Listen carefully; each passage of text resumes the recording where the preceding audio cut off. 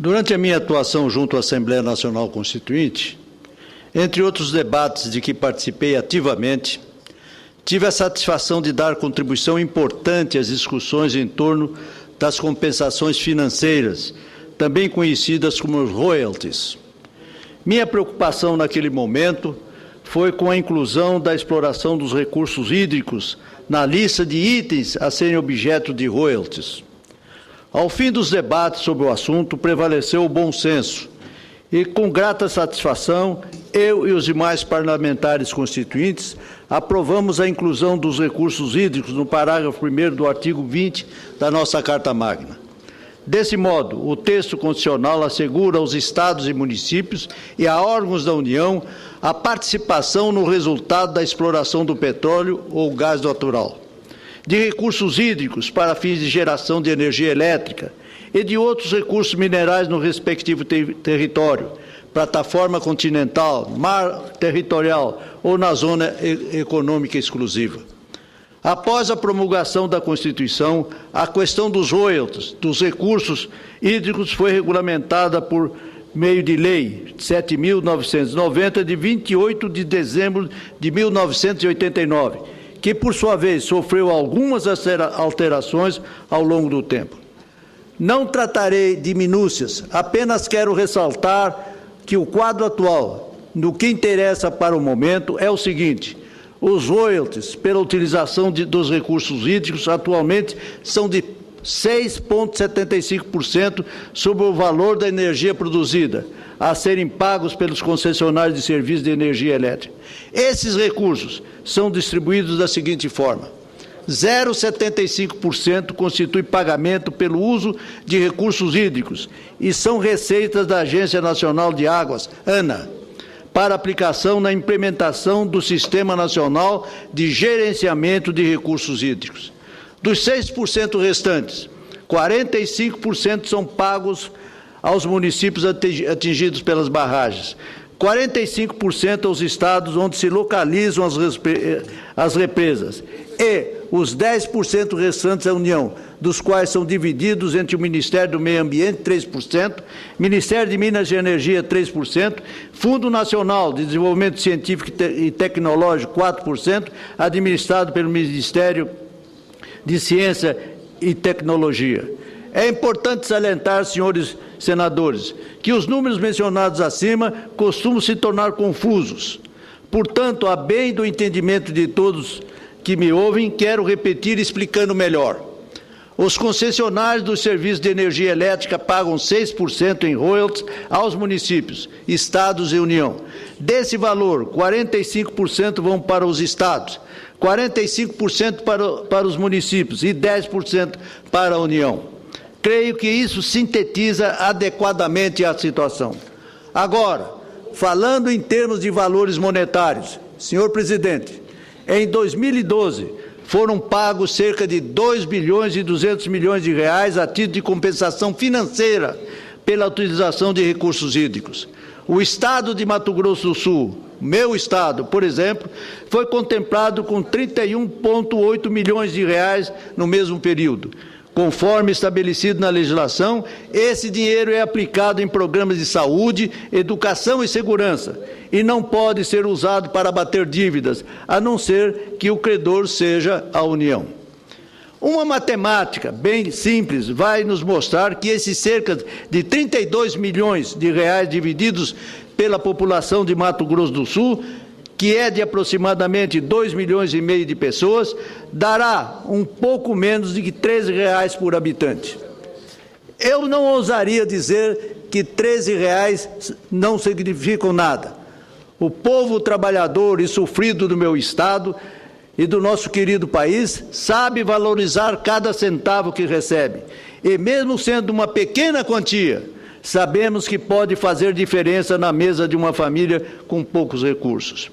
Mas o que é inegável é que R$ 13 de indenização por habitante não representa uma compensação adequada frente aos danos e prejuízos que as barragens do meu estado produzem. E quando falo do meu estado, trata-se apenas de uma escolha óbvia que devo fazer. Mas não imagine que Mato Grosso do Sul, nesse aspecto, seja mais ou menos beneficiado do que a média dos estados da federação. Basta observar que 2,2 bilhões de reais pagos em todo o Brasil, em royalties de exploração hidrelétrica, divididos pela população brasileira, dará um montante pouco menos de R$ 12 por habitante. R$ 12 por habitante, vejam, excelências. Voltando ao meu estado do Mato Grosso do Sul, senhor presidente e senhores senadores, as principais hidrelétricas são a Ilha Solteira, cujo reservatório ocupa uma área de 1.195 km². A Engenheiro Souza Dias, com um reservatório de 330 km². E Porto Primavera, com área alagada de 2.250 km². O total de superfície desses 3 reservatórios em meu estado é, portanto, de 3.775 km², ou 375.500 hectares. Agora, imaginemos que essa área fosse utilizada para o plantio de sementes. A soja, por exemplo, que é uma leguminosa com produtividade em torno de 3 toneladas por hectare. Feitas as contas, somente numa área correspondente aos reservatórios das hidrelétricas sul-mato-grossenses, seria possível produzir mais de 1.100.000 toneladas de soja. Ao preço médio de R$ 915 por tonelada, encontra-se que, se toda a área ocupada pelos reservatórios hídricos fosse dedicada ao plantio de soja, haveria um ganho financeiro superior a R$ 1 bilhão de reais para os produtores rurais. Senhor presidente, sei perfeitamente que são cálculos arredondados e que diversos fatores não estão sendo levados em conta, até porque minha intenção é apenas levantar um debate, não esgotar o assunto ou colocar-me como detentor da palavra final, de forma alguma. O que desejo, de início, ao apresentar esses números, senhores parlamentares, é apenas dar começo a uma discussão que pode ser muito relevante. Observemos apenas a ordem de grandeza dessas cifras. Enquanto a compensação financeira devido à exploração hidrelétrica no estado de Mato Grosso do Sul é de pouco mais de 30 milhões de reais, se a área dos reservatórios fosse represa fosse destinada ao plantio de soja, haveria um ganho de mais de R$ 1 bilhão de reais. É uma diferença que, acredito, continuará a ser grande, ainda que se leve em conta todos os detalhes e peculiaridades envolvidos na questão.